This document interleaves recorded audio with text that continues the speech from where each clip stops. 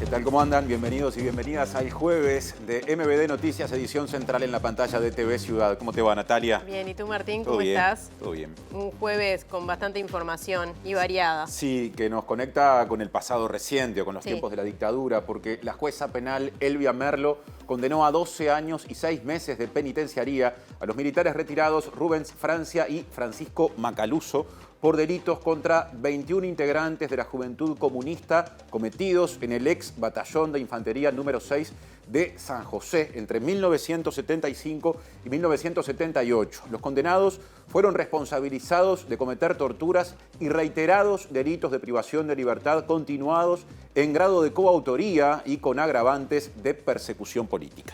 La audiencia tuvo lugar este mediodía en el juzgado de San José y supuso la segunda sentencia en juicio oral y público por torturas. El caso estuvo a cargo del fiscal especializado en crímenes de lesa humanidad, Ricardo Percivale, quien había solicitado esta condena. Un equipo de MBD Noticias estuvo en San José toda esta jornada para asistir a esta instancia judicial y recoger además el testimonio de las y los denunciantes. Planteamos este tema y ahora vienen otros. Sí, en los titulares a continuación. El acto de reconocimiento de la responsabilidad del Estado en el asesinato de las muchachas de Abril y las desapariciones de Luis Eduardo González y Óscar Tassino será el 15 de junio. Lo presidirá Argimón y en principio no estará la calle Pou. Las bancadas oficialista y opositora discuten detalles del trámite parlamentario del pedido de desafuero de Penades. La abogada Soledad Suárez dijo que casi todas las víctimas eran adolescentes. La semana que viene, la mesa representativa del PIT-CNT evaluará realizar un paro general a propuesta del sindicato del personal no docente de la Universidad de la República. La Intendencia de Montevideo entregó 1000 bidones de agua para que sean repartidos en complejos de viviendas de personas jubiladas y pensionistas de Montevideo. El secretario general de la ONAJPU, Sixto Amaro, dijo que el ministro Mieres no respondió a la propuesta de subir las jubilaciones mínimas. Aseguró que hay 140.000 pasividades de 17.200 pesos. El intendente de Salto, Andrés Lima, insiste con que debe atenderse la situación de los comercios de la frontera con Argentina y dijo que la única medida acertada fue la baja del combustible para esa zona. El sindicato de UTE hará un paro la semana que viene, entre otras cosas en reclamo de más presupuesto e ingreso de personal al ente. Comenzaron las obras del recapado en la calle 21 de septiembre, en el tramo delimitado entre Boulevard Artigas y Sarmiento. El trabajo se extenderá por 2 meses y abarcará el tramo restante hasta la Rambla. El presidente chileno Gabriel Boric anunció ante el Congreso el envío de proyectos de control y regulación de la migración ilegal y planes para combatir la inseguridad. Se cumple el 4º aniversario del mandato del presidente salvadoreño Nayib Bukele, quien tiene una alta popularidad pese a las denuncias por violaciones a los derechos humanos vinculadas a su política de seguridad.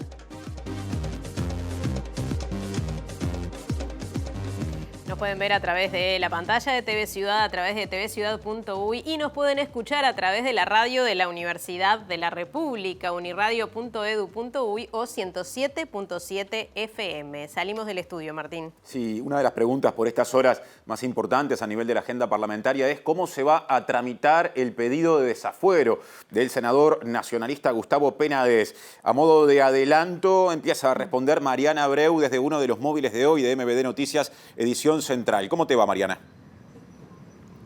¿Cómo andas, Martín? El saludo para todos. Así es, nos encontramos en el Parlamento porque es un hecho que la semana próxima se va a estar votando el desafuero del senador del Partido Nacional, Gustavo Penades, investigado por la justicia por presuntos delitos sexuales contra menores. Hay acuerdo de todos los partidos políticos con representación en el Senado de votar el levantamiento de los fueros que pidió justamente la justicia, pero hay matices, como decías, en cómo va a ser este trámite por parte de la bancada del Partido Nacional. Se había planteado la idea de votarlo directamente en el plenario, sin pasar por la comisión. De hecho, así lo había planteado el propio Gustavo Penades. Pero desde la oposición se está planteando al resto de los partidos que sí pase por la comisión. Así que esto es lo que se va a estar definiendo en las próximas horas. En un ratito vamos a estar adelantando estas posiciones.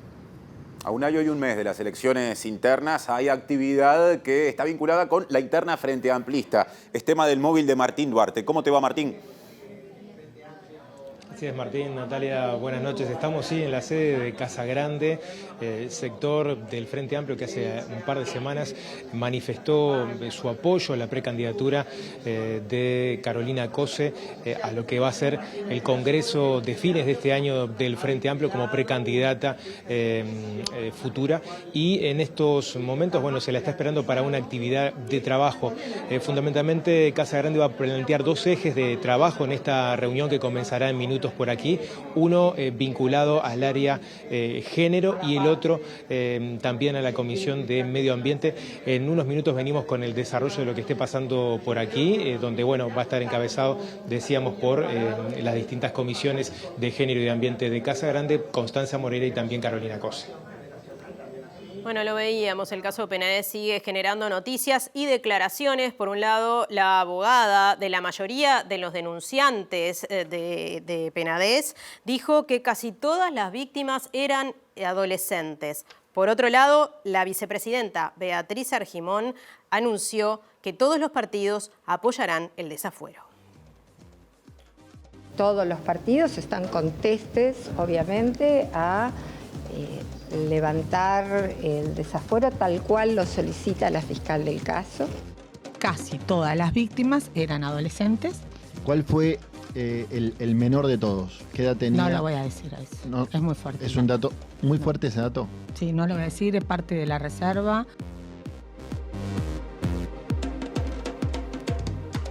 Ya volveremos a ese tema, pero empezamos por el asunto planteado en la portada, porque la jueza penal María Elvia Merlo condenó a 12 años y 6 meses de penitenciaría a los militares retirados Rubens Francia y Francisco Macaluso por delitos contra 21 personas integrantes de la Juventud Comunista cometidos en el Batallón de Infantería de San José durante la dictadura. El fiscal especializado en crímenes de lesa humanidad, Ricardo Percivale, dijo que se trata de un fallo ejemplar.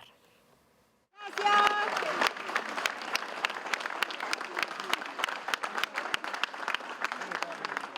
Una extensa y muy fundada sentencia que nos agrada y que realmente vemos con mucho beneplácito, y también es un ejemplo para los tribunales y para nuestro Poder Judicial, porque fue muy motivada, por momentos muy didáctica, explicitó todas las razones por qué condenaba a los represores, puso el énfasis en las víctimas, en la dignidad de las víctimas, que eso es uno de los temas claves de estos juicios.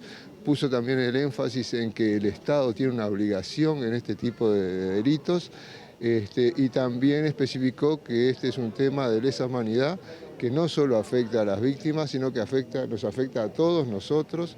Y también dijo otro punto clave, que esto también es un tema de una pena que tiene un futuro, porque esto es como una especie de garantía de no repetición. Y admitió la pena requerida por la Fiscalía, que fueron de 12 años y 6 meses de prisión.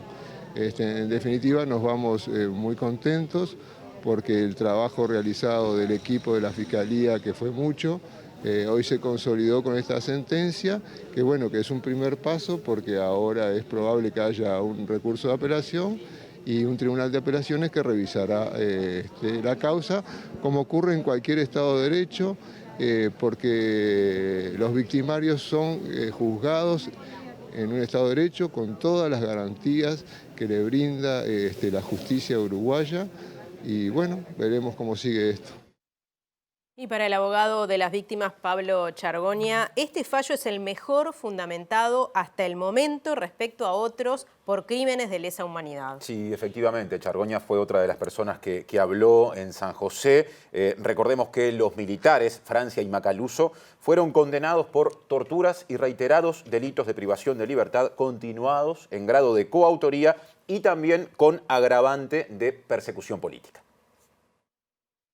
Su difusión va a ser muy importante para la sociedad por las razones que estamos diciendo, particularmente en estos tiempos en donde se intenta una vez más sacudir a la teoría de los dos demonios, a las teorías negacionistas, a la superación y dar vuelta el pasado, fallos de esta naturaleza que consideran que crímenes cometidos acá en San José son crímenes contra la humanidad, son de enorme importancia. Por lo tanto, tenemos un desafío político en el mejor sentido del término, que es divulgar, difundir este documento, porque pone el acento adecuadamente. Dice la jueza, y eso también me parece sumamente útil y sensible, que esta no es una justicia oportuna, en el sentido que llega muy tarde. Eso es cierto. Pero también es cierto que llega con el derecho adecuado, es decir, que acumulación del derecho internacional, de los tratados, de los tribunales internacionales, el mejor derecho, el que mejor explica qué es un crimen de lesa humanidad, también están en este fallo. Y si bien llega tarde, llega en cierto sentido con una oportunidad política distinta, me parece a mí, en cuanto pone las cosas en su lugar. Estos crímenes aberrantes no pueden amnistiarse, no pueden quedar sin castigo y no puede haber ninguna forma de beneficio a quienes lo cometieron por tratarse de conductas extraordinariamente lesivas, agresivas, aberrantes, como digo. Víctimas y activistas de derechos humanos celebraron, como vimos de alguna manera, el fallo de la jueza Merlo. Recordaron que el proceso que condujo a esta sentencia comenzó hace 3 años. Todo se inició el 27 de junio de 2020, cuando se hizo un acto en la plaza, y de ahí empezamos a conversar y bueno, vimos la posibilidad de hacer la denuncia y lo hicimos, ¿no? Además de colocar una placa en el cuartel diciendo que allí se había torturado y violado los derechos humanos. ¿Estaban en contacto ya o se reunieron a partir de ahí de 2020? No, en ese momento no estábamos en contacto, ¿no? Los expresos no estábamos en contacto. La salida fue difícil porque había una cosa que sigue existiendo en muchos casos, que es el miedo. El miedo a hablar con nosotros. Nosotros éramos personas que estábamos marcadas indudablemente, y a partir de eso no encontramos lugares, salvo de compañeros, donde integrarnos rápidamente. Este juicio, con el procesamiento de los acusados, va a demostrar que se torturó, que hubo malos tratos y que las falacias que levantaron quienes detentaban y que aún detentan el poder, se cayeron. Más denunciantes conversaron con MBD Noticias y valoraron la condena contra los militares Francia y Macaluso. Hicieron hincapié en que los crímenes juzgados por la jueza Merlo son apenas algunos de todos los que se cometieron durante la dictadura y que por eso mismo el camino hacia la justicia continúa. Bueno, esto es un camino que no termina hoy, continúa. Es un camino hacia la verdad, la justicia y la memoria. Más que nada, la memoria, para que no quede en el olvido, para despertar interés en las nuevas generaciones, por lo que todos nosotros hemos pasado, que no queremos que pase en ninguna parte del mundo ni en nuestro país. Yo lo que quiero dejar claro es que hay que tirar abajo definitivamente la teoría de los dos demonios, y que el pueblo uruguayo sepa que hubo miles y miles de personas que cayeron presas por sus ideas. Entonces, cuando hay mucha gente que quiere reflotar, incluso desde partidos tradicionales, el tema de que acá fue una guerra entre los tupas y los militares, es mentira. Los tupas estaban desde el 72 presos y el golpe fue en el 73. Quiere decir que toda la gente que cayó de estudiantiles, militantes gremiales y sindicales eran inocentes. Otro tema, pero vinculado, porque el acto de reconocimiento de la responsabilidad del Estado en el asesinato de las muchachas de Abril y las desapariciones de Luis Eduardo González y Óscar Tassino se realizará el jueves 15 de junio a las 17:30. Así lo acordaron representantes del Poder Ejecutivo y de las familias de las víctimas. La ceremonia será encabezada por la vicepresidenta de la República, Beatriz Argimón, y en principio no contará con la presencia del presidente Luis Lacalle Pou. El acto de reconocimiento es uno de los puntos establecidos en la condena dictada por la Corte Interamericana de Derechos Humanos contra el Estado uruguayo en relación a estos crímenes. Bueno, vamos ahora a hablar del caso Penades y el proceso que está llevando en el Parlamento el pedido de desafuero. Mariana Abreu nos hacía un adelanto y ahora el desarrollo. Adelante, Mariana. ¿Cómo andás, Natalia? Bueno, lo ha anunciado. Es probable que la próxima semana se esté votando el levantamiento de los fueros del senador del Partido Nacional, Gustavo Penades, solicitado por la justicia, que es indagado por presuntos delitos sexuales contra menores de edad. Y hay un acuerdo entre todos los partidos con representación en el Senado de hacer lugar a este pedido y votar el desafuero. En lo que hay matices, según señaló la propia vicepresidenta Beatriz Argimón y también presidenta del Senado, es en la forma en la que se va a estar resolviendo este trámite. Argimón hoy coordinó una reunión aquí en el Senado con los diferentes responsables de las bancadas de todos los partidos y justamente estuvieron conversando sobre esta situación. El planteo del Partido Nacional fue que se votara mismo en el plenario, en una sesión en la que se tiene que considerar grave y urgente el tema, con votos de la mayoría, pero la oposición, bueno, le pareció, o sea, consideró que era oportuno que pasara por la Comisión de Constitución de justamente la Cámara de Senadores y que luego se votara en el plenario. Vamos a escuchar lo que decía Beatriz Argimón, que también se refirió a la situación de Gustavo Penades en este marco y a su vinculación con el Partido Nacional. Todos los partidos están contestes, obviamente, a levantar el desafuero tal cual lo solicita la fiscal del caso. Planteamos 3 tipos de posibilidades: dar un informe in voce quien habla y votar en un plenario, en virtud que el propio senador del cual se solicita el desafuero, digamos, se allanó, ya ha manifestado públicamente que nos solicita especialmente un rápido diligenciamiento. En segundo lugar, dar un pasaje a la comisión respectiva. Estaríamos el mismo martes enviando el proyecto a la comisión. De esa manera, el propio martes ya definir la tercera opción, que es el pasaje a comisión y que la propia comisión defina sus tiempos. ¿Cuál se resuelve? La bancada del Partido Nacional, si me permiten, había definido que lo quería hacer cuanto antes. ¿Qué entiende que es lo mejor que haga el partido si es que se vota el desafuero de Penades o cuando se vote? Bueno, a mí me parece que rápidamente el partido tiene que tomar decisión. ¿Suspenderlo? Y si me permiten, creo que estos temas requieren de, ni bien se pueda tomar una decisión terminante, tomarla.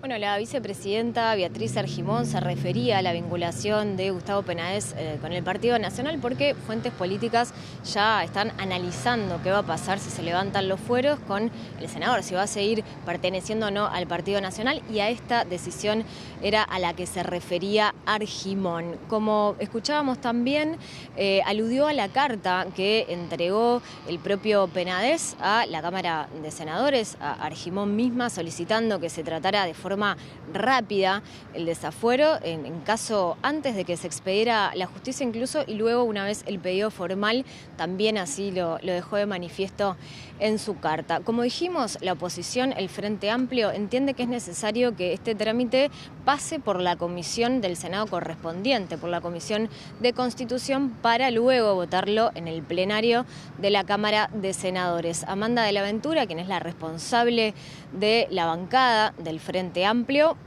fue lo que va, digamos, a trasladar, fue lo que trasladó a los diferentes partidos la idea de que el martes ingrese a la comisión y que el miércoles se esté votando el levantamiento de los fueros al senador Gustavo Penades en la Cámara de Senadores en el plenario. Todavía queda una definición por tomarse, por acordarse entre todos los partidos, pero como se necesitan los votos del Frente Amplio, se entiende que es muy probable que sea este el camino y que, como decíamos, se esté concretando esta votación del levantamiento de los fueros este miércoles próximo. Escuchamos lo que decía de la Ventura. A nosotros nos parece que es muy importante que pase por la comisión, más allá de que incluso hemos expresado, adelantado, que seguramente se estará votando el desafuero, corresponde conocer con la prudencia del caso, dado la sensibilidad, dado todo lo que sabemos en cuanto a toca con respecto a estos temas de abuso contra menores. Más allá de eso, entendemos que corresponde para un trabajo serio y responsable justamente, que los compañeros que integran esa comisión conozcan esos fundamentos que vienen desde la justicia. Parece que no estaría bien que así, sin ese conocimiento, lo estuviéramos votando. Entonces decimos, tiene que darse ese tiempo, no queremos enlentecer, por eso estamos hablando del martes que pase a la comisión y que el miércoles en la sesión plenaria se esté votando y se esté tratando y luego votar el desafuero, pero lo otro nos parece que no amerita dejar claro que parece que en algún momento se habló de pacto de caballeros. Queremos que quede la tranquilidad en la población y en todos nuestros compañeros también de la fuerza política, de que no existe, de que no existió ningún tipo de acuerdo de estas características. Asuntos políticos partidarios. Vamos al contacto con nuestro compañero Martín Duarte, que nos hablaba recién de esta reunión entre el sector Casagrande, que recientemente apoyó a Cose a la precandidatura. Está allí con la intendenta Carolina Cose. Martín, adelante. Así es, gracias Natalia. Sí, le agradecemos estos minutos a la intendenta Carolina Cose en esta actividad donde ha sido invitada por el sector Casagrande. Bueno, ¿cuál es la importancia de esta reunión de trabajo donde va a haber un planteo también de Casagrande, uno de los sectores que ya ha manifestado, al igual que el Partido Comunista, el apoyo en estas últimas horas, haciendo foco también en los temas de género y ambientales? ¿Cuál es la importancia de este tipo de actividades también, Carolina? Bueno, muchas gracias. Estoy muy agradecida con Casagrande. Verdaderamente la carta en la que plantea mi precandidatura es una carta llena de contenido, muy cálida. Y la reunión de hoy es justamente para ahondar un poco más en contenidos. Y los contenidos planteados para conversar hoy son ambiente y género. Y bueno, vamos a charlar un rato. Hay un destaque en esa carta a propósito de la conformación incluso del gabinete en la Intendencia, de esa equidad de género que el sector también lo toma como bandera. Estoy haciendo referencia a Casagrande, pero que es uno de los ejes para charlar y para trabajar también en la jornada de hoy. Sí, todo lo que tiene que ver con el trabajo por la igualdad, una sociedad más igualitaria, es una sociedad donde todos son ganadores, donde no hay vencidos alrededor, al revés, es una sociedad donde florecen los desafíos en vez de que los desafíos se conviertan en paredes o en obstáculos. Así que sí, la experiencia que hemos tenido en Montevideo con el gabinete paritario ha sido excelente y el trabajo que estamos desarrollando en territorio propendiendo la igualdad a través de múltiples medios, con las comunas, con servicios, en fin, con toda una atención integral en salud, en urbanismo. Bueno, eso es una experiencia muy rica que hemos vivido juntos con Casagrande, una experiencia territorial muy fuerte. Así que para mí, venir hoy acá a esta Casagrande también, de alguna manera, es venir a mi casa. Me siento muy respetada y querida y vamos a hablar entre compañeros sobre desafíos para el futuro del Uruguay. Bueno, es una reunión reflexiva alrededor de eso que yo valoro grandemente. José, recién lo mencionaba el colega, apoyo de Casagrande, apoyo de otros sectores, el Partido Comunista, que es un sector muy fuerte dentro de la interna Frente Amplista. ¿Cuándo finalmente va a resolver su precandidatura? Bueno, se lo he ido diciendo a tus colegas, faltabas tú. Esta es la primera reunión que tengo con los sectores que han ido expresándose. Es una reunión sobre contenidos. Voy a tener la misma clase de reuniones con todos los sectores que se han expresado, después de lo cual haré una síntesis y me comunicaré con la ciudadanía como corresponde y expresaré con profundidad todo lo que me haya permitido elaborar el tiempo y mis compañeros. No va a ser la semana que viene, no me voy a apurar, porque creo que esto es algo muy serio, verdaderamente. Es una propuesta seria la que me han hecho todos los sectores y yo me tomo las cosas en serio. Así que voy a estudiarlo bien y me voy a expresar con claridad pronto, no en una semana ni en dos. Por lo menos no dijo un no, Digo, esto la aproxima. Qué pícaros que son ustedes. Bueno, ¿algo más? Sí, quería consultarle, usted ha abordado y se lo hemos consultado también, las situaciones que pasan a nivel nacional, a nivel parlamentario. ¿Ha seguido el tema Penades? ¿Cómo fue su tratamiento hoy a nivel del Parlamento? Hoy no, porque hoy verdaderamente tuve un día bastante ajetreado y no sé las últimas noticias del Parlamento. Sobre el tema, lo que sí he expresado, yo como es un tema que está en la justicia, no me voy a expresar sobre el caso en sí. Sobre lo que sí me expresé es que en la primera declaración de Penades pública, me llamó la atención y verdaderamente no comparto que invoque una condición sexual con un posible acto de depravación. Me parece que son cosas que no tienen nada que ver porque considero que la orientación sexual no hace a la esencia, a la condición de una persona. Verdaderamente no lo creo y me pareció confuso que lo mezclara en la declaración. Eso es lo único que he expresado. Sobre el caso se expedirá la justicia. Hoy en la reunión de bancadas de los distintos sectores, un poco lo que estableció el Frente Amplio es que este pedido de desafuero ingrese por comisión, que tenga un debate, un estudio más profundo y no que se defina en el Pleno, sobre todo cuando estuvo un poco en el eje esa frase de pacto de caballeros, ¿no? Sobre la frase no me voy a expedir, porque creo que se podrían escribir libros sobre esa frase hoy en día, pero así a priori el pasaje por la comisión es el proceso normal, ¿verdad? De todas las cosas, que pase una comisión, que lo evalúe, que lo informe al Senado y que el Senado decida. ¿Está en diálogo con el Ministerio del Interior? Coordinaciones de trabajo en conjunto. Se lo consulto por estos videos que se han visto en las calles de Montevideo justamente con las rapiñas, con esos hechos violentos. ¿Hay algún diálogo al respecto? Bueno, primero que el tema de los delitos son competencia del Ministerio del Interior. La seguridad es competencia del Ministerio del Interior. Pero imagino como intendenta le debe generar preocupación. Por supuesto que me genera preocupación. Me genera preocupación muchas cosas. En particular me genera preocupación que un centro social y cultural tan importante como para un barrio evalúe cerrar porque se produzcan tiroteos en sus alrededores. Evalúo con preocupación que haya que retirar trabajadores y camiones de obras porque hay tiros para un lado y para el otro. Evalúo con preocupación que la ciudadanía no se anime a reportar los delitos o que esté ya desanimada frente a la inacción, ¿verdad?, en el reporte de delitos y todas esas cuestiones concretas que vivo cuando voy a los barrios y cuando me informan de las cosas que están pasando. Bueno, que no se tome un rumbo, que no se tome verdaderamente acciones integrales y que no se evalúe. A ver, si yo digo esto y la policía sale a pedir documentos, bueno, no me estoy expresando bien entonces.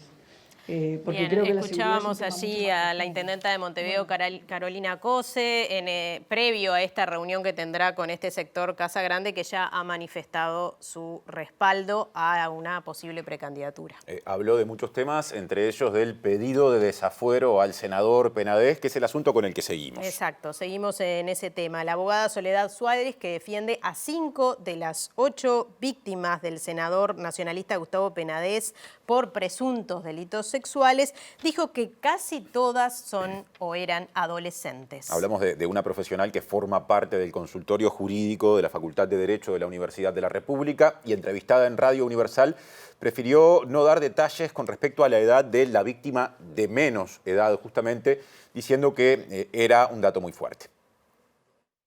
Casi todas las víctimas eran adolescentes y sí, son varones. ¿Cuál fue el menor de todos? ¿Qué edad tenía? No lo voy a decir a eso. No, es muy fuerte. ¿Es un dato muy fuerte ese dato? Sí, no lo voy a decir, es parte de la reserva, es un dato muy propio. Yo perjudicaría a la víctima en cuestión y al imputado. Y la verdad no tengo esa intención. Perfecto. Aunque me endilguen intenciones 2x3, no la tengo. No quiero salir a decir cosas. Yo, Soledad Suárez, salir a decir aspectos o cosas de Penades que sean innecesarias y perjudiquen. Igual yo no te pedía una opinión sobre Penades, sino sobre qué edad tenía la víctima. Bueno, pero ahí no son inferencias. Las edades impactan en la sensibilidad de la población respecto a los hechos. ¿Pero era niño o era adolescente? Yo te dije algo ya. Casi todos eran adolescentes. En su declaración ante Fiscalía, Penades dijo que no le pedía la cédula de identidad a las personas a las que les pagaba por sexo. Además, confirmó haber concurrido a uno de los moteles señalados por las víctimas, según informó Montevideo Portal.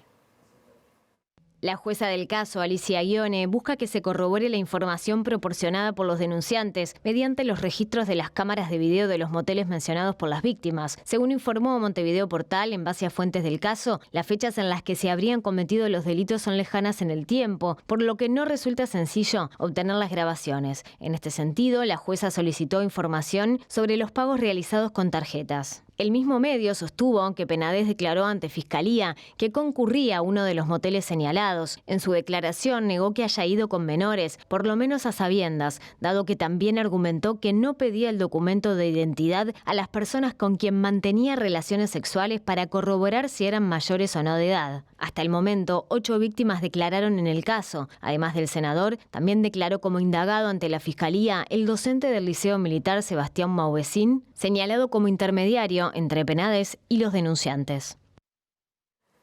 Cambiamos de tema. OCE realiza perforaciones en Montevideo y en la zona metropolitana en coordinación con la comuna capitalina para encontrar agua que se puede utilizar para distintos fines. Además, se ultiman detalles para poner en funcionamiento una máquina envasadora de agua en sachet que justamente va a emplear agua traída desde San José.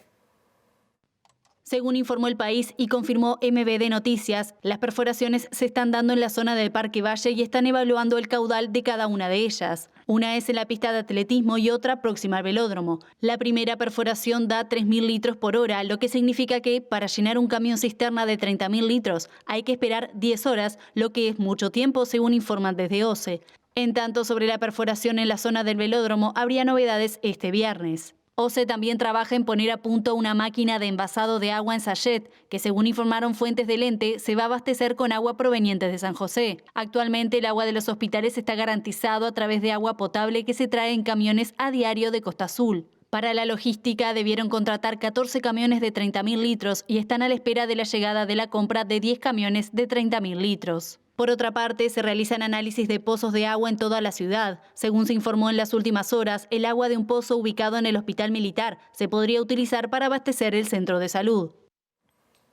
La bancada de la Cámara Baja del Frente Amplio le enviará una minuta de comunicación al Poder Ejecutivo proponiendo que se quite el IMESI al agua embotellada tanto con gas como sin gas. En el caso de los bidones, esto equivaldría a un ahorro para el consumidor o la consumidora de 15 pesos. La diputada Lucía Echeverri explicó que el pedido se extendería por el tiempo que se mantenga la baja calidad del agua que proporciona OCE.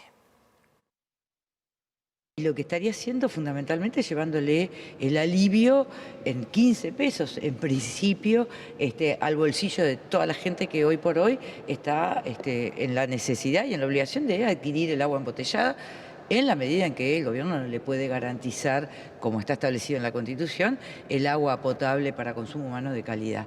Entendemos que esto es una medida, en esta circunstancia, de justicia tributaria, porque el gobierno no puede garantizar, ¿verdad?, este derecho que es el acceso al agua de calidad para el consumo humano, y en ese marco se ha incrementado mucho la venta de agua, sobre todo de bidones, y por tanto el Estado, el gobierno recauda más. Entonces entendemos que en la medida en que no se está pudiendo garantizar un derecho, pero por otro lado se recauda más, sería realmente una medida de justicia que se puede tomar e implementar rápidamente. La diputada explicó que si el tema ingresa mañana a la Comisión de Hacienda de la Cámara de Diputados, se podría votar rápidamente para que el Poder Ejecutivo expida un decreto. Por otra parte, tras la movilización en defensa del agua, destacó la importancia de la información pública y la transparencia. De que se siga informando cuál es la calidad hoy del agua que se está, de esta agua corriente, ya no podemos hablar de agua potable, qué está pasando con esta obra que se hizo en Velastiquí,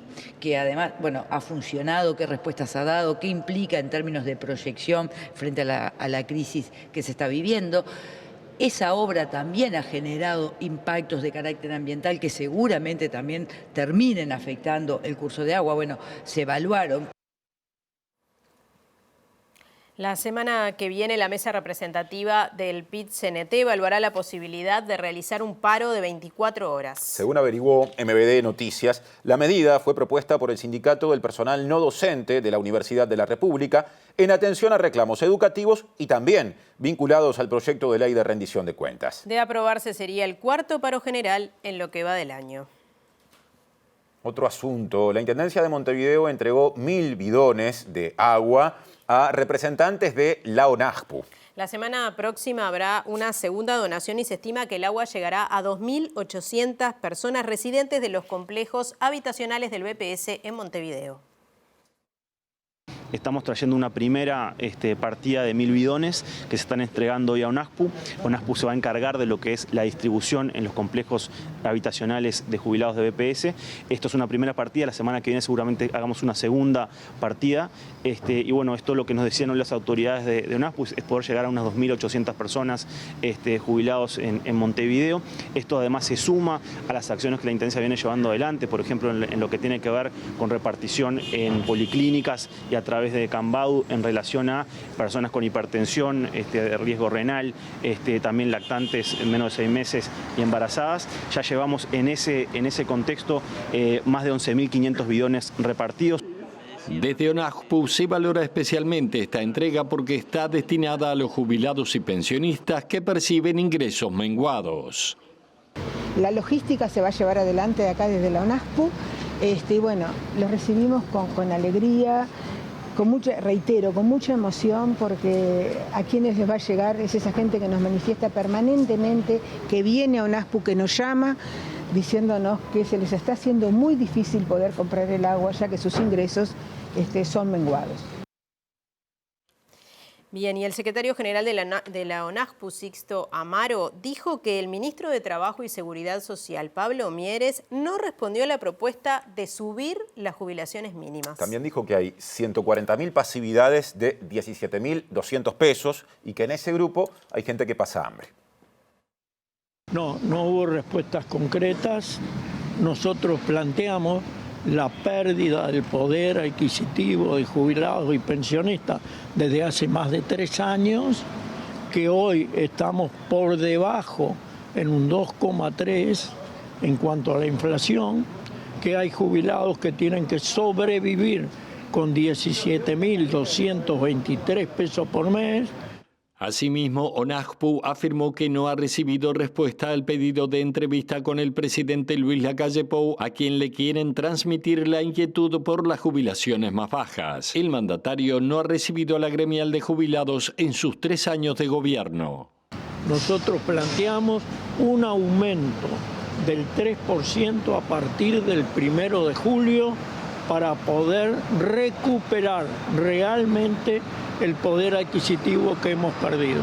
En cuanto a esto, tampoco hemos tenido respuestas y bueno, seguimos intentando mantener una reunión con el señor presidente de la República para hablar de esto, de los jubilados que ganan menos, de los jubilados que van a las mutualistas y tienen que retirar 8 o 10 medicamentos y terminan retirando 4 o 5 porque no les alcanza el dinero. Queremos hablar de los jubilados que no llegan a fin de mes para comer porque no les alcanza. Hay jubilados que están pasando hambre.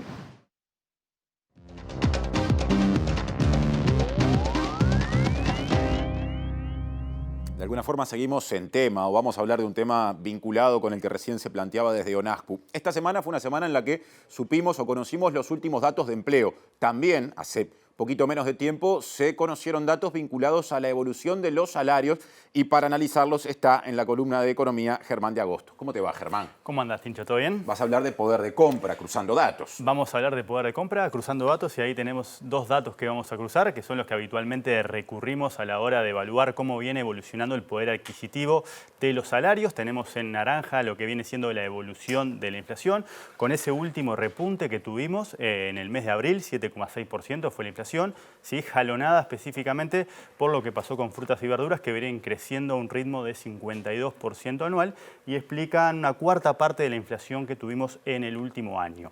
Por otro lado, en verde estamos viendo el salario corriente, en términos corrientes, o en términos nominales, a través de lo que es la evolución del índice medio de salarios, ¿sí? Entonces, cuando queremos o pensamos en el poder de compra, lo que estamos pensando es justamente en la brecha que se genera entre esas dos líneas, que para visualizarlo mejor, ahora pasamos a la siguiente placa, donde vamos a ver justamente la evolución del poder de compra en términos interanuales. Cuando hablamos de términos interanuales, siempre estamos comparando este mes, que es el mes de abril, el último dato, contra abril del año pasado. Bien. Y lo que tenemos es una recuperación en términos interanuales del poder de compra del orden de 2,7%, que es justamente la boca que se abre entre las dos líneas de arriba. Fíjate que es un poco más bajita que la del mes anterior porque la inflación repuntó. Así que tenemos, desde el punto de vista del análisis interanual de la inflación para el mes de abril, un aumento del poder de compra del entorno de 2,7%. Ratifica una tendencia de los últimos meses bien distinta a la que se daba a comienzos o hasta comienzos de 2022, según las cifras que nos presentas. Tal cual, de los últimos 3 años, si te fijas, eso responde justamente a la moderación que ha tenido la inflación en los últimos meses, ¿sí?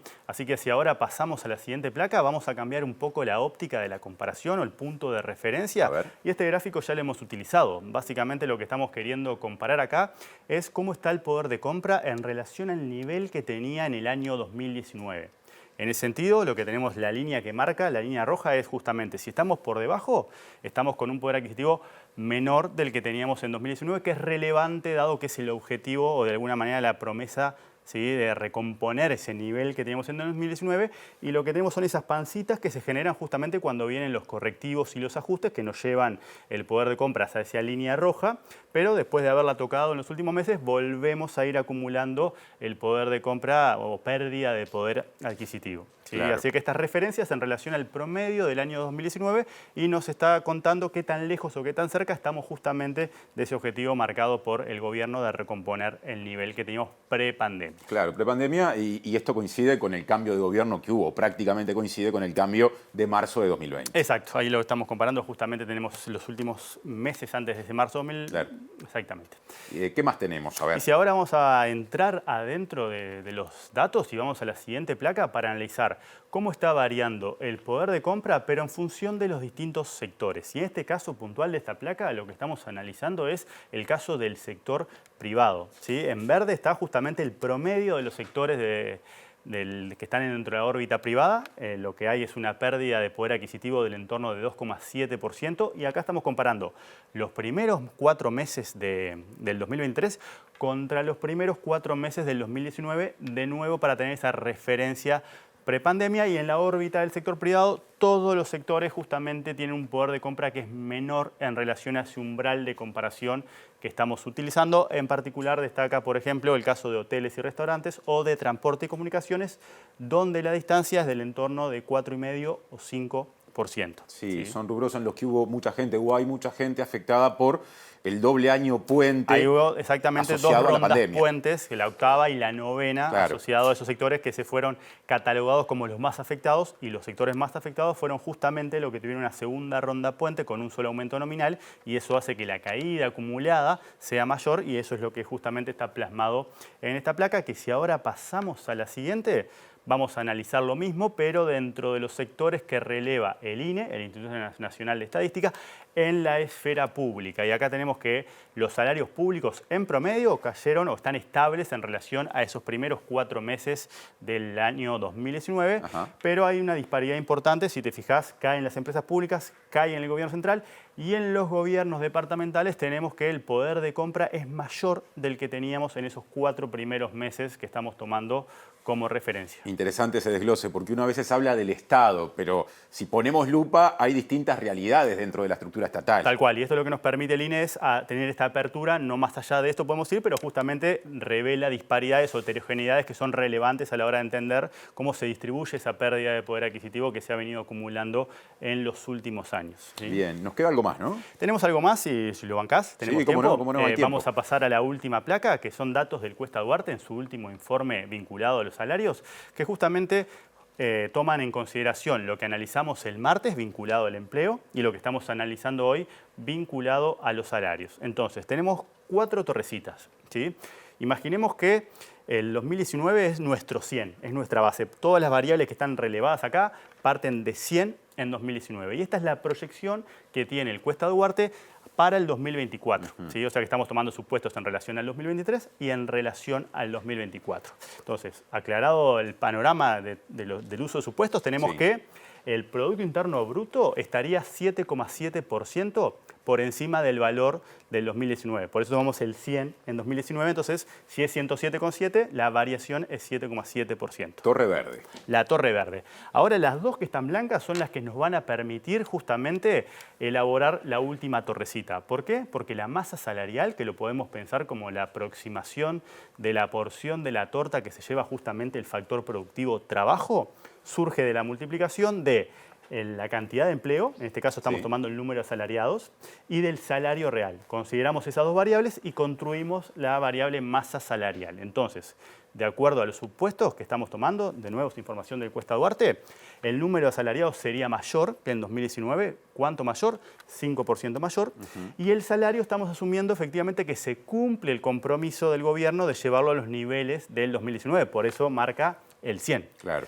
Y si juntamos esas dos variables, lo que tenemos es que la masa salarial crecería, es decir, en el 2024 estaría 5% por encima del 2019, pero como ves está creciendo menos de lo que crece el Producto Interno. ¿Sí? Hay un cambio en la composición cuando uno mira cómo se distribuye el crecimiento entre los distintos factores de producción, trabajo y capital.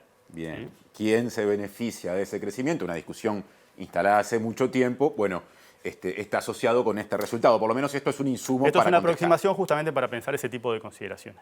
Clarísimo, Germán. Gracias y hasta la semana que viene. Seguimos haciendo MBD Noticias. Sigue Natalia. Les contamos que la Intendencia de Montevideo inició hoy las obras en la calle 21 de septiembre, que se harán en 3 etapas y se extenderán hasta fines de julio. Las obras empezaron en 21 de septiembre entre Boulevard Artigas y Sarmiento debido a la implementación del proyecto Tránsito Adaptativo que lleva adelante la comuna capitalina en diferentes puntos de Montevideo. El objetivo de estas obras es mejorar la fluidez del tránsito en una zona de alta demanda vehicular, peatonal y de transporte público. Los trabajos comenzarán con el recapado asfáltico de la avenida que se hará en 3 etapas. La primera será entre las calles anteriormente mencionadas que comienza este jueves y finaliza en fines de julio aproximadamente, según informa la comuna. La segunda etapa será de Avenida Sarmiento a Ellauri y la tercera de Ellauri hasta la Rambla. La Intendencia de Montevideo informa que en todas las instancias se cortará la circulación por 21 de septiembre y se harán desvíos en las líneas de transporte. Una campaña para regularizar caños de escape ruidosos en Montevideo. La directora de Tránsito de la Intendencia, Fernanda Artagabeitia, contó que las personas que sean observadas por esta infracción tendrán 10 días hábiles para resolver la situación antes de recibir una sanción económica. Estamos fiscalizando los escapes ruidosos. En el marco de la estrategia Montevideo Más Verde, lo que estamos haciendo es tratar de reducir lo que es la contaminación sonora y los ruidos en la ciudad para el bien de todos y de todas, ¿no? Entonces, bueno, estamos controlando lo que es el ruido de motocicletas, automóviles, camionetas y ómnibus. Los inspectores lo que hacen es detener al vehículo, controlar el nivel de ruido y en caso que se constate que hay alguna irregularidad, se da un plazo de 10 días hábiles, se le hace una contravención, se da un plazo de 10 días hábiles y la persona debe presentarse en San José 1390, que es el servicio de inspección de tránsito, la parte de vigilancia de tránsito, para regularizar esta situación. Se hace una inspección y en caso de constatar que se subsanó esta situación, lo que se hace es retirar esa multa. Presenta Mercado Agrícola de Montevideo, en el corazón de un barrio donde late la ciudad. Mercado de Historias. Mercado de Historia.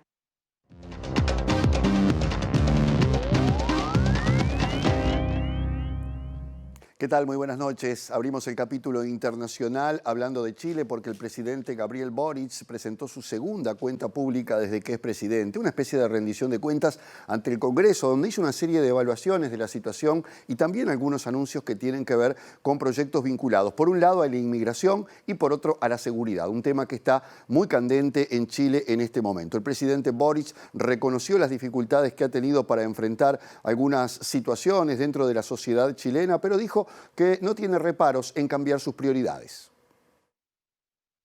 Gabriel Boric sostuvo que no ha modificado sus principios y que sigue convencido de la necesidad de avanzar hacia un país que ofrezca más libertades, que practique la solidaridad para cuidar a los más necesitados, que promueva el crecimiento y distribuya de manera más justa la riqueza que genera, abogando por una relación sustentable y respetuosa con la naturaleza, así como la defensa de las diversidades. Sin embargo, dijo que al constatar el grado de tensiones que presenta la sociedad chilena, sus miedos e incertidumbres y el retraso del Estado para darles respuesta, reconoció que no tiene complejos en declarar que ha reordenado sus prioridades al ver la situación de discordia en que estaban las relaciones sociales, la seguridad y el aparato estatal.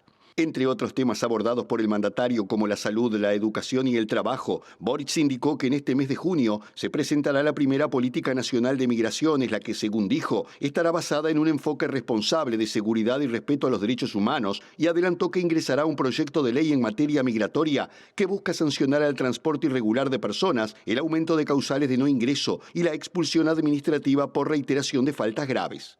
En materia de seguridad, Boric dijo que darán máxima prioridad al proyecto que crea el Ministerio de Seguridad Pública y el Sistema de Inteligencia del Estado, la Agencia de Ciberseguridad y el Servicio de Atención de Víctimas que tanto le han demandado, al tiempo que también señaló que instalará el primer sistema de televigilancia que use inteligencia artificial y que aumentará en un 12% la capacidad actual del sistema penitenciario, entre otros temas. En medio de no pocas controversias, el presidente salvadoreño Nayib Bukele, el presidente que tiene mayor apoyo en toda Latinoamérica, cumple sus 4 años en el gobierno. Esto en el marco de un estado de excepción decretado hace más de un año, donde casi 70.000 personas han sido detenidas, la mayoría de ellas vinculadas a las pandillas que azotaban al Salvador. Luego de cumplir un año sin homicidios, el presidente Bukele sigue teniendo un gran apoyo por parte de su pueblo, pero por otro lado también los índices de trabajo y de economía han caído más de lo previsto.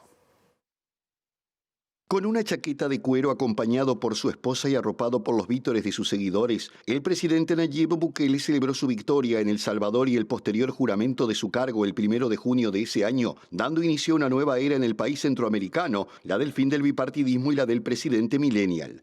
4 años después, y a pesar de las múltiples críticas de las ONGs y organismos internacionales por violaciones de derechos humanos en su conocida guerra contra las pandillas, su popularidad sigue intacta e incluso en aumento, ya que las encuestas señalan que 9 de cada 10 salvadoreños aprueban su gestión, un respaldo que el presidente ha interpretado como una señal de que va por el buen camino. Desde la declaración del estado de excepción desde hace más de un año y vigente hasta el día de hoy, El Salvador eliminó las garantías constitucionales con el pretexto de frenar los homicidios, donde algunos derechos básicos como el derecho a la reunión y asociación o la presunción de inocencia se suprimieron, con un plan que facilita el control por parte del gobierno, en especial sobre los presuntos pandilleros, que permite detener a alguien sin pruebas, así como ampliar el plazo en el que una persona puede estar detenida sin sentencia.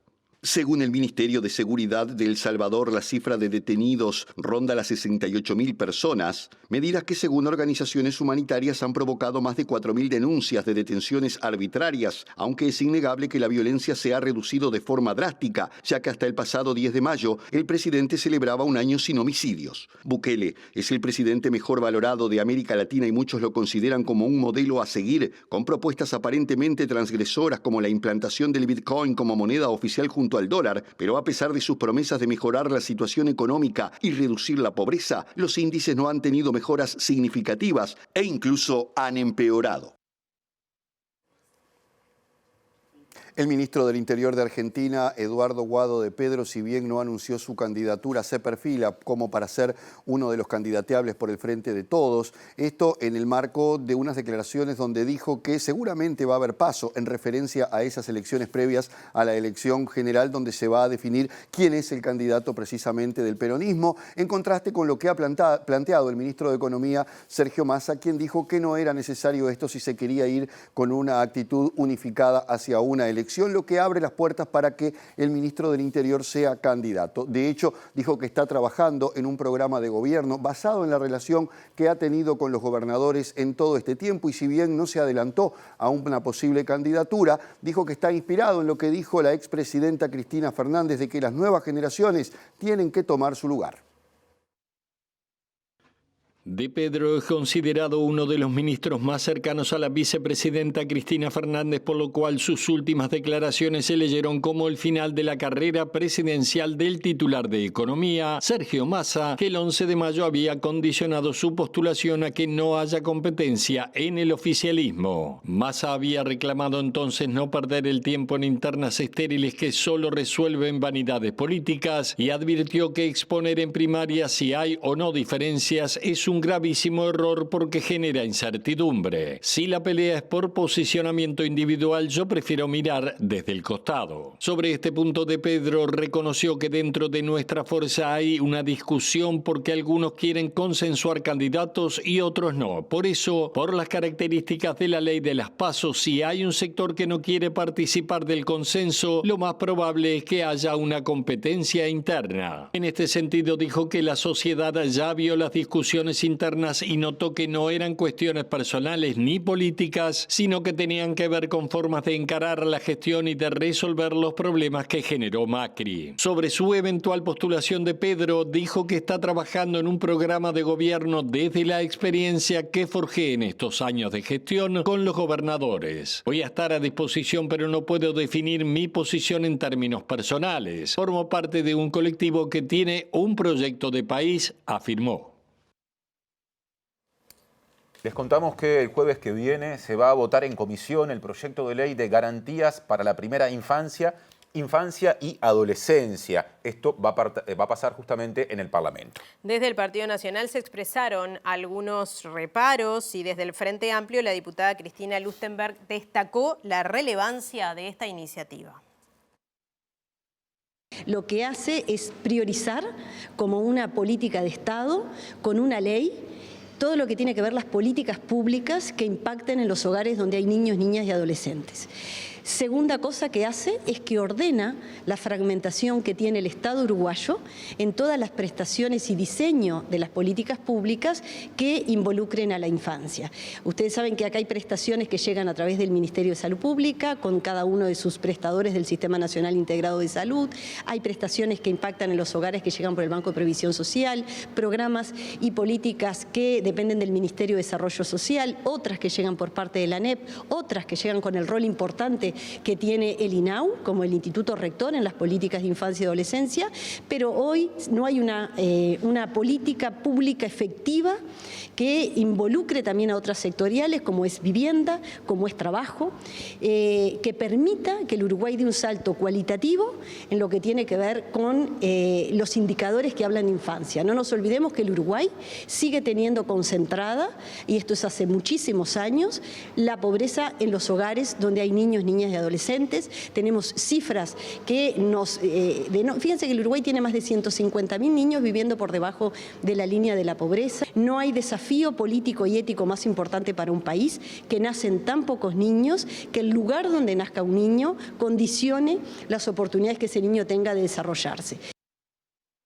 Un reporte del Banco Mundial señala que niños, niñas y adolescentes afrodescendientes en América Latina enfrentan oportunidades desiguales. El documento también establece que hay deficiencias en Uruguay.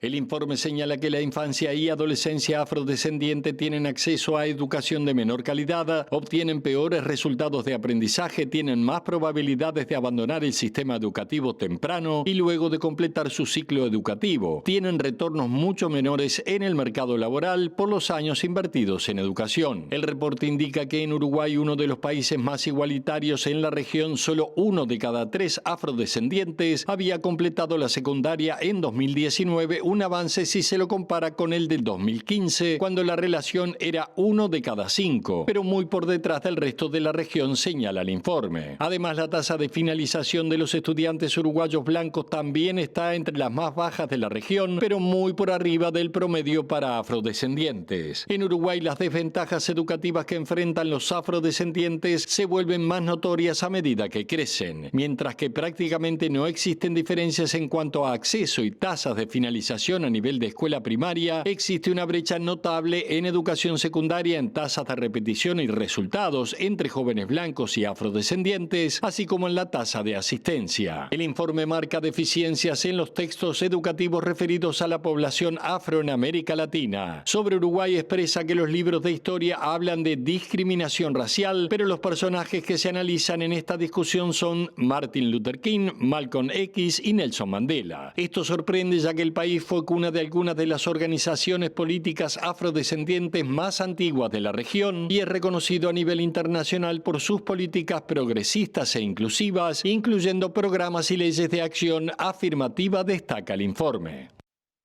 Atención, noticias de último momento.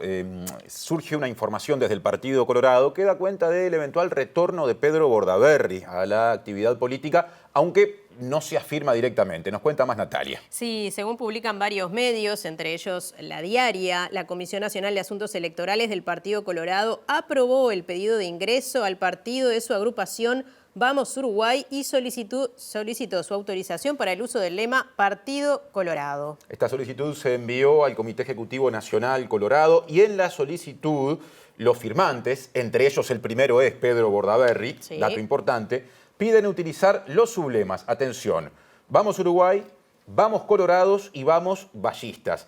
Firma Bordaberry, pero también firman otras personas. La ex vicecanciller Carolina H. Valle, el subsecretario de Industria Walter Berry y el abogado Jaime Zapolinsky. Un dato extra, Berry, actual subsecretario de Industria, Energía y Minería, es su nombre de Vallistas, el sector de Julio María Sanguinetti, y aparece firmando esta petición que incluye el nombre Vamos Vallistas. Movimientos preelectorales. Efectivamente. Bien, bueno, seguimos con otros temas. Cambiamos. Martín. La Intendencia de Montevideo presentó los trabajos de recuperación del vivero y semillero Quinta Estorache, ubicado en Lucas Oves y Félix Olmedo. Estamos hablando de la zona del Prado de Montevideo. Este espacio ya pasó a ser un parque abierto a todo público y además ofrecerá actividades específicas orientadas a escuelas, ya que allí funcionará el servicio de semillero de la Intendencia. Hace unos meses con la ingeniera Castro y con la ingeniera Otei tuvimos una recorrida por acá y esto verdaderamente era una jungla y bueno, le vimos el potencial de convertir esto en un parque público para el Prado y el trabajo que se ha realizado con la escuela de jardinería, con la cooperativa que realiza los trabajos es impresionante.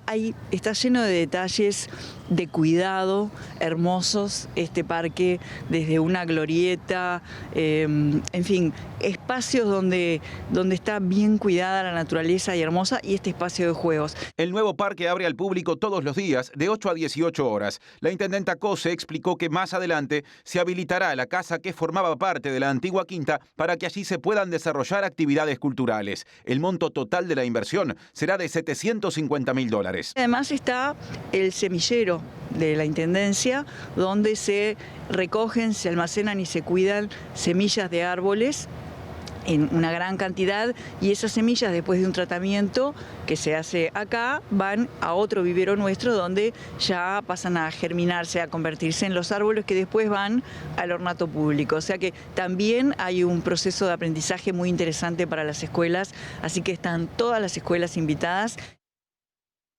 Otro asunto ya cerca del cierre. Este domingo a las 21 horas, Carlos Vives dará un concierto en el Antel Arena. El artista colombiano es una de las figuras del espectáculo más importantes de América Latina de las últimas décadas.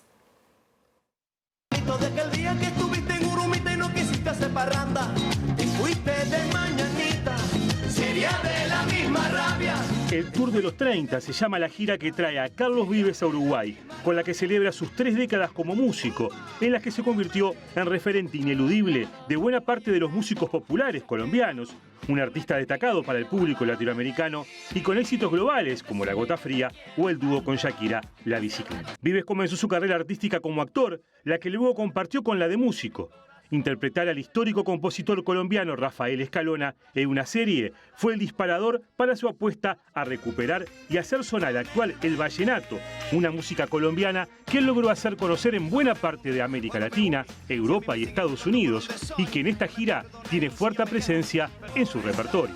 Vendió más de 20 millones de discos en todo el mundo, tiene más de 15 millones de oyentes mensuales en Spotify, lo que lo convierte en uno de los 300 artistas más escuchados del mundo de esa plataforma. Entre los numerosos premios que ha ganado se encuentran 2 premios Grammy, 15 premios Grammy Latino y el premio Ondas en España. El patrón, como lo llaman sus pares en Colombia, hará sonar sus canciones con excelentes instrumentistas este domingo en el Antel Arena.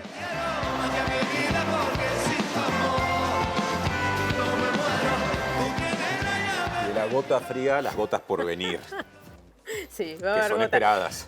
Es en el Antel Arena el espectáculo de Carlos Sí. Vives, así que no pasa nada, pero les contamos que va a llover. Va a El llover. sábado sobre todo. Efectivamente, pero ya el viernes incluso y por la noche, Natalia. Sí, el viernes por la noche. Durante el día va a estar nuboso, pero en la noche hay probabilidad de precipitaciones. La mínima será de 10 grados y la máxima de 24. Nos metemos de lleno en el sábado, el día en el que, según el pronóstico de Inumet, habrá más lluvias en Montevideo y área metropolitana. 14 grados la mínima, 22 la máxima. Y el domingo todavía hay alguna probabilidad de lluvia, va a estar nublado, la mínima 10 grados y la máxima 19. Hemos llegado hasta aquí, ya viene el lado B a la pantalla de TV Ciudad. Y nosotros nos reencontramos mañana a las 19 horas. Que pasen bien.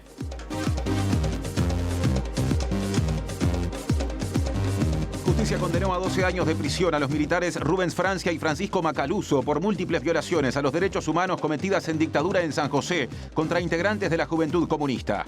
El acto de reconocimiento de la responsabilidad del Estado en el asesinato de las muchachas de Abril y las desapariciones de Luis Eduardo González y Óscar Tassino será el 15 de junio. Lo presidirá Argimón y en principio no estará la calle Pou. Las bancadas oficialista y opositora discuten detalles del trámite parlamentario del pedido de desafuero de Penades. La abogada Soledad Suárez dijo que casi todas las víctimas eran adolescentes. La semana que viene, la mesa representativa del PIT-CNT evaluará realizar un paro general a propuesta del Sindicato del Personal No Docente de la Universidad de la República. La Intendencia de Montevideo entregó 1000 bidones de agua para que sean repartidos en complejos de viviendas de personas jubiladas y pensionistas de la capital. El secretario general de la ONAJPU, Sixto Amaro, dijo que el ministro Mieres no respondió a la propuesta de subir las jubilaciones mínimas. Aseguró que hay 140.000 pasividades de 17.200 pesos. El intendente de Salto, Andrés Lima, insiste con que debe atenderse la situación de los comercios de la frontera con Argentina y dijo que la única medida acertada fue la baja del combustible para esa zona. El sindicato de UTE hará un paro la semana que viene, entre otras cosas en reclamo de más presupuesto e ingreso de personal al ente. Comenzaron las obras de recapado en la calle 21 de septiembre, en el tramo delimitado entre Boulevard Artigas y Sarmiento. El trabajo se extenderá por 2 meses y abarcará el tramo restante hasta la Rambla. El presidente chileno Gabriel Boric anunció ante el Congreso el envío de proyectos de control y regulación de la migración ilegal y planes para combatir la inseguridad. Se cumple el 4º aniversario del mandato del presidente salvadoreño Nayib Bukele, quien tiene una alta popularidad pese a las denuncias por violaciones a los derechos humanos vinculadas a su política de seguridad.